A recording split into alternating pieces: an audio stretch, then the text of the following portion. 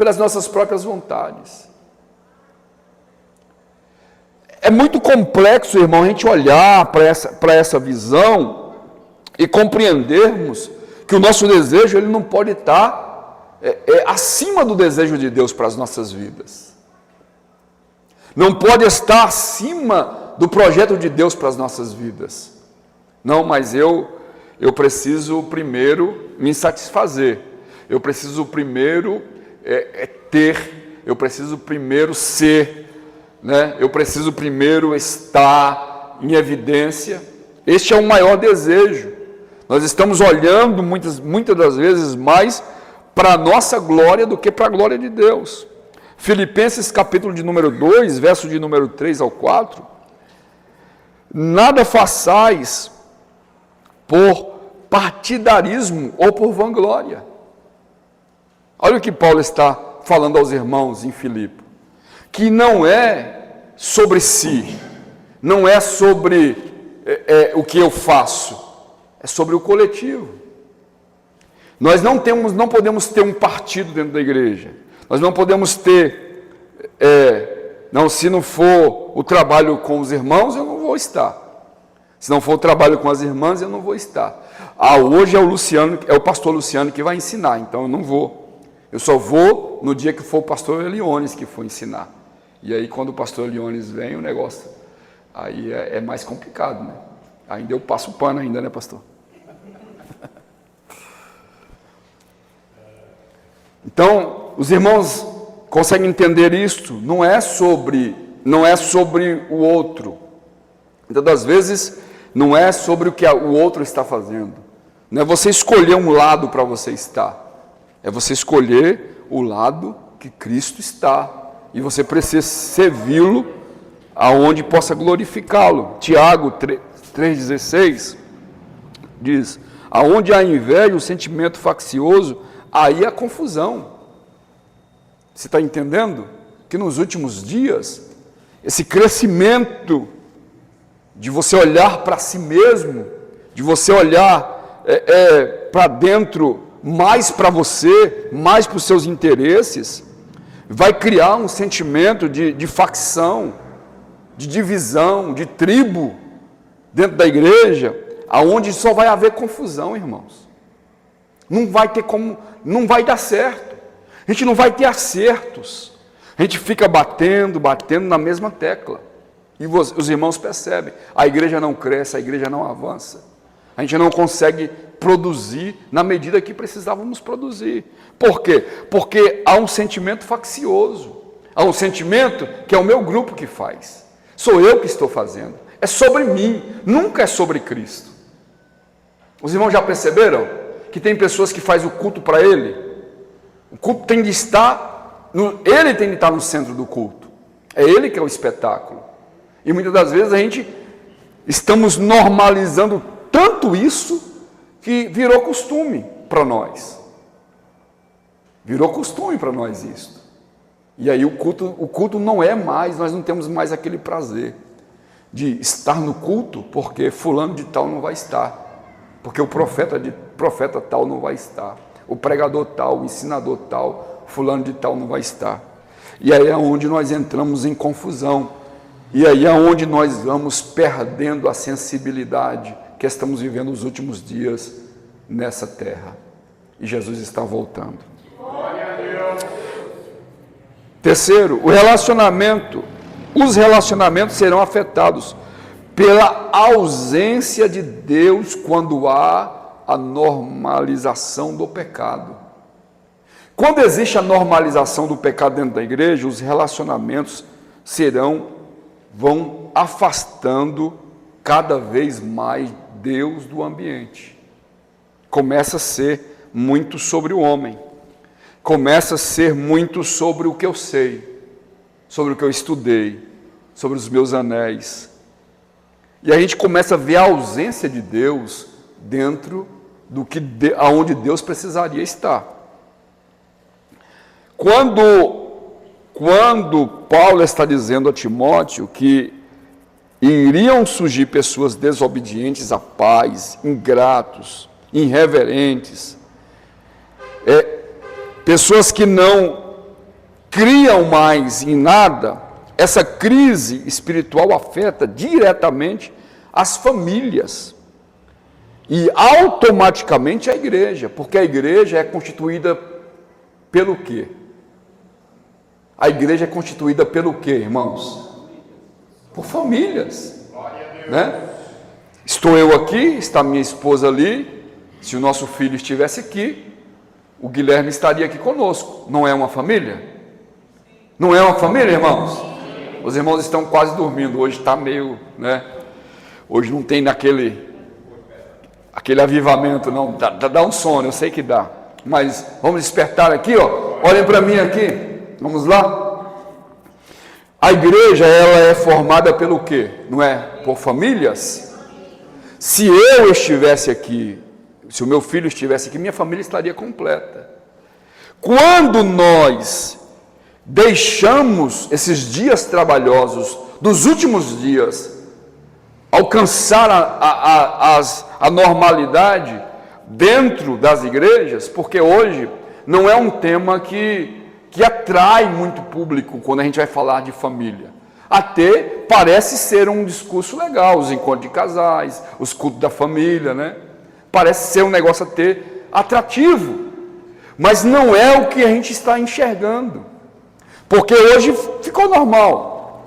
Eu enjoei da minha esposa mais velha, eu vou dar a carta de divórcio para ela e vou casar com a próxima mais novinha. Isso aí ficou normal. Né? E a sociedade cristã está dando um joinha assim, ó, está tudo certo. Vamos aplaudir esse cenário. Quando a gente encontra, né, pais e filhos que não sabem mais obedecer aos seus pais, filhos que olham para os pais e tem os pais como um bobão da corte. Né? Quem foi que nasceu primeiro? Foi o pai ou o filho? Tem hora que eu falo para o Guilherme assim, ó, você pode ter aí as suas faculdades e tal, mas quando você nasceu eu já tinha 20 anos, meu amigo. Então eu já sabia de alguma coisa. Né? Hoje você tem 24, 25 anos, eu tenho 48. Mais do que a metade da sua idade. Então assim, quem é que sabe mais? Ele pode ter lá a letra, estudou tal, mas quem é que tem mais experiência de vida? E hoje a gente fica olhando, irmãos, tem filhos que aponta o dedo na cara do pai, manda o pai calar a boca, manda a mãe calar a boca, eu sei mais, tal. Ah, irmãos, eu sei assim, eu convivo, né, eu vejo muito isso aí, e eu vou falar para os senhores, eu preciso ter um pouquinho de filtro, porque eu estou falando no YouTube aqui, mas os irmãos conseguem me entender? Os irmãos conseguem me entender? Que estamos vivendo dias tão trabalhosos, aonde essa crise espiritual, ela afetou a igreja, porque dentro da igreja, daqui, que saía princípios para que a gente pudesse gerar para famílias, mas muitas das vezes, quem está falando de família, não tem uma família sólida. Quem está falando de família, muitas das vezes está no terceiro, no quarto casamento, e está tudo certo. Então, essa é a grande problemática, e nós estamos aí sentados aplaudindo, estamos aí sentados falando que está tudo certo, são as normativas do pecado, são as questões que vão afetando a igreja, e vão distanciando o relacionamento do homem com Deus, e daqui a pouco nós estamos muito distante, e estamos dentro da igreja, distante do Senhor, desviados aqui dentro, e a trombeta soa, e o nosso nome não vai ser chamado. Essa é a minha grande preocupação, na minha vida cristã é a maior preocupação que eu tenho, de defender todos os dias princípios que não são ele na sua totalidade, mas tentar viver uma vida digna diante do Senhor, para poder o meu nome ser chamado no dia do arrebatamento da igreja. E esses sinais estão aí, estão patentes aos nossos olhos. No livro do Êxodo, capítulo de número 20, versículo de número 12, o texto mais conhecido: honra o teu pai e a tua mãe. Para quê? Para que os seus dias prolonguem na terra. Mas nós perdemos essa verdade. Nós não sabemos o peso dessa honra que nós precisamos dar aos nossos pais.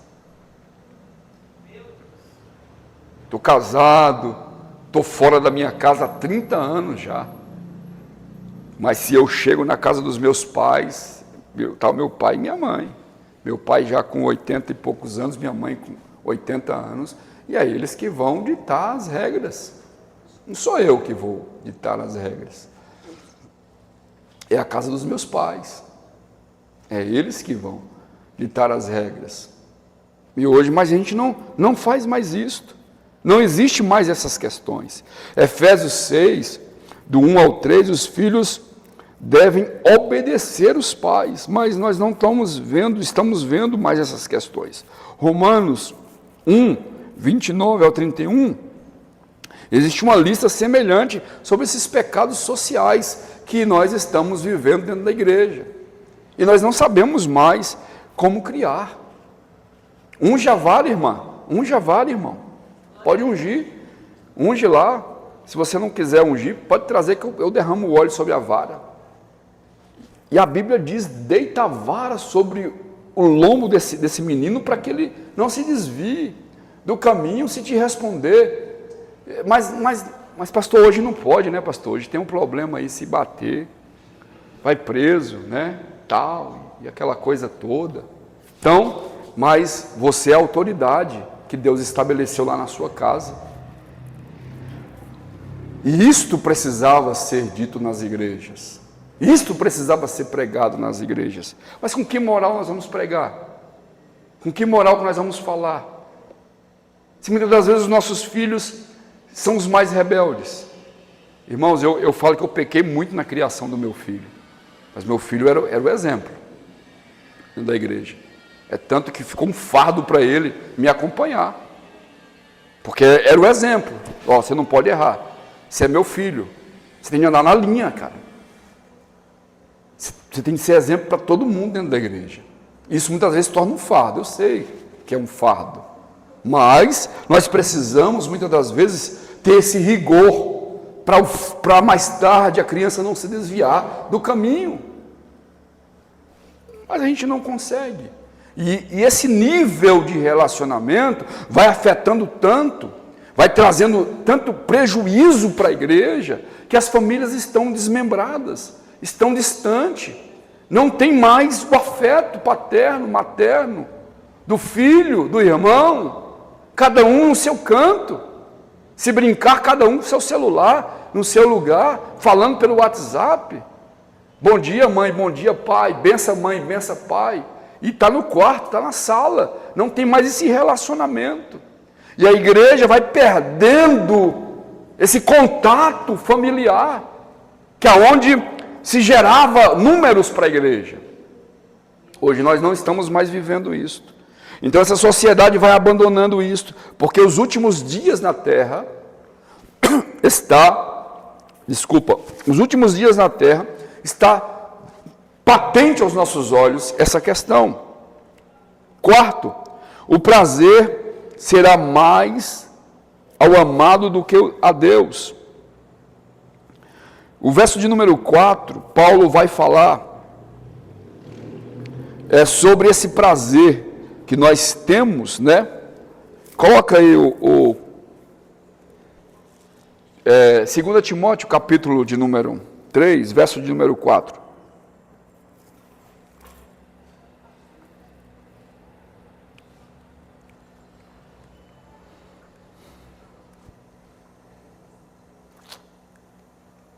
Verso de número 4.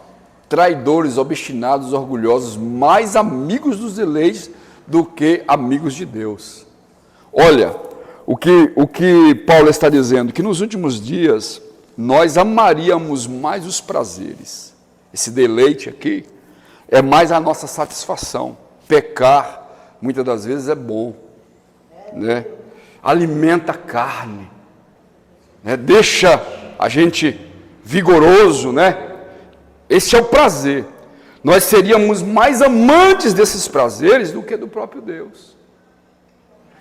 Se tornaríamos inimigos de Deus e ainda queremos falar assim, não, nós somos os escolhidos para ser salvos. Se nós não estamos amando, quem vai arrebatar a igreja? Quem vai nos tirar dos últimos dias? Que seja eles no início, que seja no meio, que seja no final. Mas quem vai nos dar o escape sobre toda essa questão? Nós estamos mais amando os nossos prazeres, a nossa satisfação, o nosso eu. Eu não vou deixar, amanhã é feriado, quinta, sexta, sábado e domingo. De forma nenhuma, pastor, eu não vou deixar de ir na praia, graças a Deus que está frio, ninguém vai para a praia. Eu não vou deixar de não ir na praia os meus 4 dias para vir para a igreja, para vir para a escola dominical, venho, deixo nada.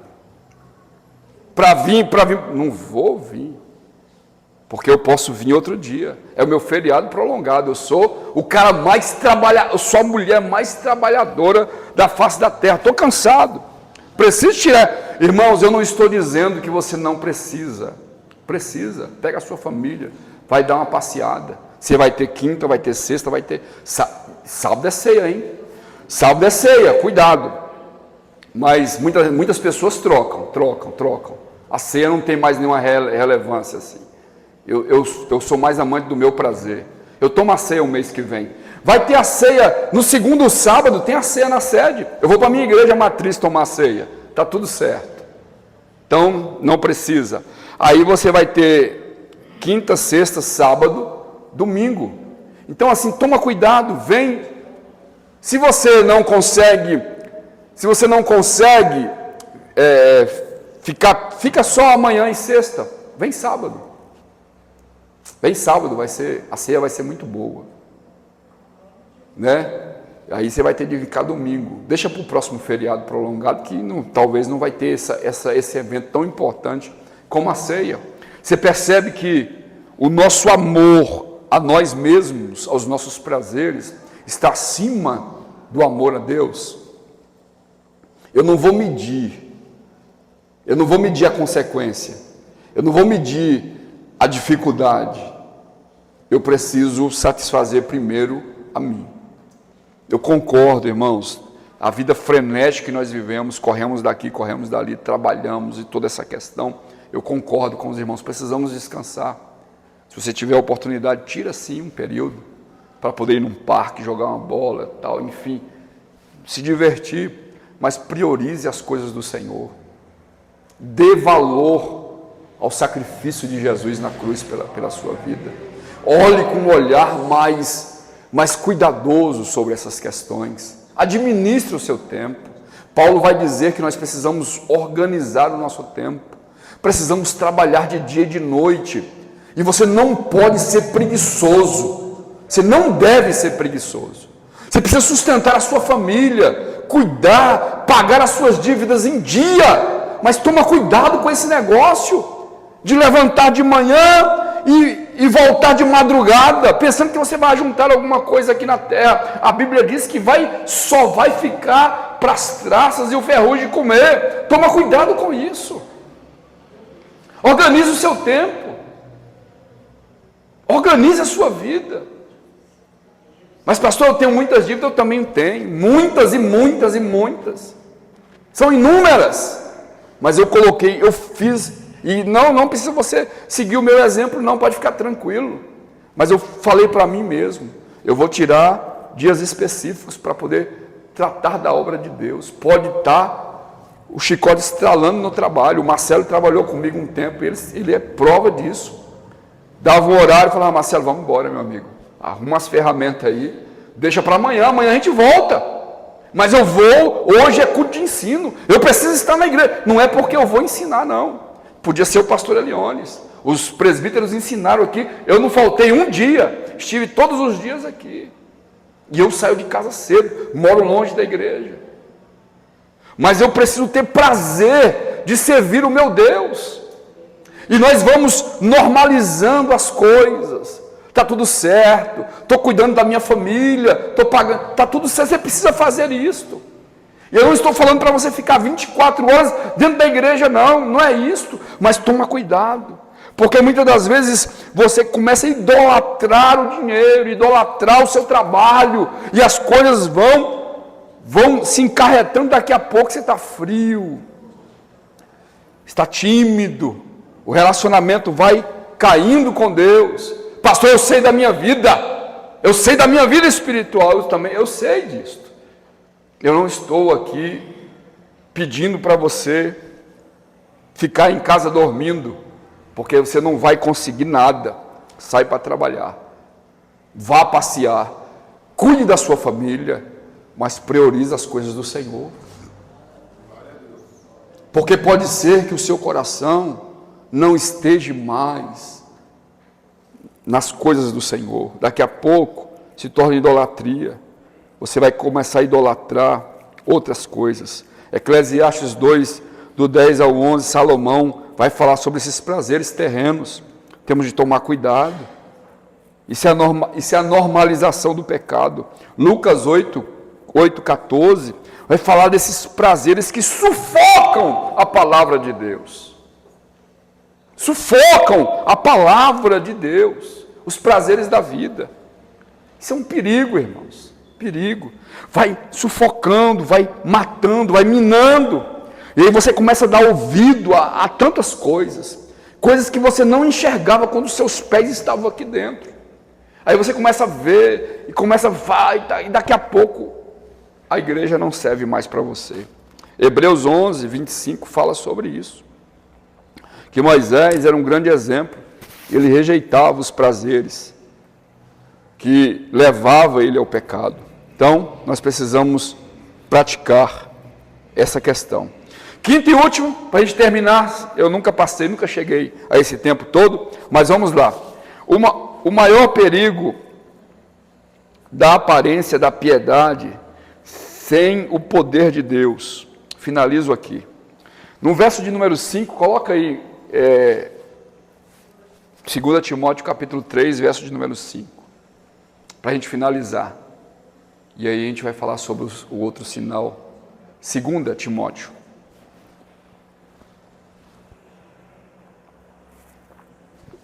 Verso de número 5. 3, 5. Tendo aparência de piedade, mas negando a eficácia dela. Destes afaste. Esteja longe, não se aproxime. Nos últimos dias, aparecerão pessoas com apenas aparência de pessoas piedosas, santas, santificadas. Pessoas que elas parecem que são de Deus, mas não são. O que Paulo está aconselhando a Timóteo? Se afaste dessas pessoas, se distancie dessas pessoas. Irmão, eu tenho tomado muito cuidado com relação a isso, e a gente sofre, né, com essas questões, a gente se engana com as pessoas. Hoje, isso é tão normal, você deposita tanta credibilidade, muitas das vezes, em uma pessoa, e a pessoa simplesmente se revela ser outra pessoa. E não é nada daquilo que você esperava. Só que quando acontece isso com você lá no mundo dos portões para fora, pode ser até normal. Mas quando começa a acontecer isso com muita frequência aqui dentro da igreja, nós precisamos nos preocupar. Precisamos estar atentos. Porque aqui que é o problema. Aqui que mora a problemática. Paulo está aconselhando a Timóteo, tenha discernimento. A religião, as pessoas religiosas, quando é muito demasiada essa religião, quando as pessoas estão muito envolvidas, né, com essa questão religiosa, não só são pessoas que trazem a religião à tona, né, e tal, aquela pessoa com aquele cuidado com a roupa, com o cabelo, aquela coisa, e pai, já viu essas pessoas assim? E quando você fala assim, não, essa pessoa é um santo homem de Deus, é uma santa mulher de Deus, aí daqui a pouco você encontra essa pessoa fazendo algo que vai criar em você um sentimento de decepção tão grande, que pode levar você até se desviar. Então a gente tem que tomar cuidado com isso. E Paulo está dizendo que nos últimos dias, na normalidade do pecado, nós iríamos encontrar muitas pessoas assim, entre nós. Que tudo para ele, vamos orar. Já viu esse tipo de gente? Você já viu pessoas assim que parece que tem uma lacuna dentro de você, você está com aquela fome, e aí tem aquela mesa na frente, vamos orar. E a pessoa fica quase uma hora orando, a comida esfria. Já viu? Já conviveu com pessoas assim? É um perigo. Sabe, aquelas pessoas, mais uma vez, eu volto a falar, não tenho nada, é só uma frase aqui que eu estou citando, não tenho nada contra essa oração que fazemos no monte, nada contra. Mas você vê que tem pessoas que estão de manhã, de tarde e de noite, e ainda faz uma selfie ainda. Manda seu nome aí que eu estou aqui na montanha orando. Toma cuidado, irmãos. Porque muitas das vezes as pessoas carregam dentro delas um distanciamento muito maior de Deus. São pessoas que estão vivendo, abusando da fé das outras pessoas. Cuidado. Se aproxime de pessoas que te levem a Deus. Não tem um ditado aí no mundo que fala, não é bíblico, que diga com quem você anda que eu direi quem você é. Não tem esse ditado. Se você quer ser uma pessoa madura na sua vida cristã, procure pessoas maduras para você andar. Pessoas que não tocam na sua igreja. Pessoas que não tocam na sua fé. Agora, quando você se reúne com essas pessoas muito santas, e o assunto dela, você viu lá, o pastor falou que ia falar sobre os sinais proféticos sobre a vinda de Jesus. Não vi nada. Não falou nada com nada. Você viu lá, domingo? Você viu domingo? O William pregou aqui, mas o pastor William pregou aqui. Mensagem fraca. Você viu aqui? Para que colocar aqueles bancos aqui de lado? Para colocar aquelas irmãs aqui? Que besteira isso. Para que isso? Para que mudar a igreja? Para que esse negócio? Para que apagar as luzes da igreja? Não vai mudar nada. Toma cuidado, irmãos. Essas pessoas que você percebe que sempre é o que o salmista vai falar, essas rodas que muitas das vezes se reúnem. Você viu o que está acontecendo? Sempre está assim. Muitas das vezes você senta para falar com uma pessoa, conversa com ela, fala um assunto tão íntimo seu, daqui a pouco Paraisópolis todinho está sabendo. Meu Deus do céu, como é que a gente pode conviver com esse cenário dentro da igreja? Isso está me assustando. A igreja hoje, esse cenário que envolve a igreja do arrebatamento, a igreja que vai morar no céu, a igreja que Jesus falou que voltaria, que é a igreja zelosa de boas obras. Cadê essa igreja? Cadê esse povo? Cadê esse povo que zelava pelos bons costumes, pela moral, pela ética? Cadê? Aonde está esse povo? Esse povo está aqui, sentado hoje nesse culto de ensino. É eu, é você. Nós podemos fazer a diferença nesse tempo difícil que estamos vivendo. Nós podemos fazer a diferença. Não tenha isso como uma afronta, tenha isso como um despertar. Se você está caminhando para qualquer caminho que está levando você para distante de Deus, bata no peito hoje e fale: não, eu vou mudar o curso da minha vida, mas eu quero participar do arrebatamento. É isto que a profecia tem de despertar em nós. É nós entendermos que precisamos caminhar em direção ao céu, em direção à promessa, e morar no céu. É sobre isto. Concluo dizendo que Paulo está preocupado com esses últimos dias da igreja na terra. E essa preocupação está latente aos nossos corações. Nos preocupemos, não podemos normalizar o que é errado. Se a Bíblia diz que é pecado, acabou. Não tem que dar um jeitinho, não. Então você precisa só olhar para dentro de você, fazer uma análise, e aí está a questão.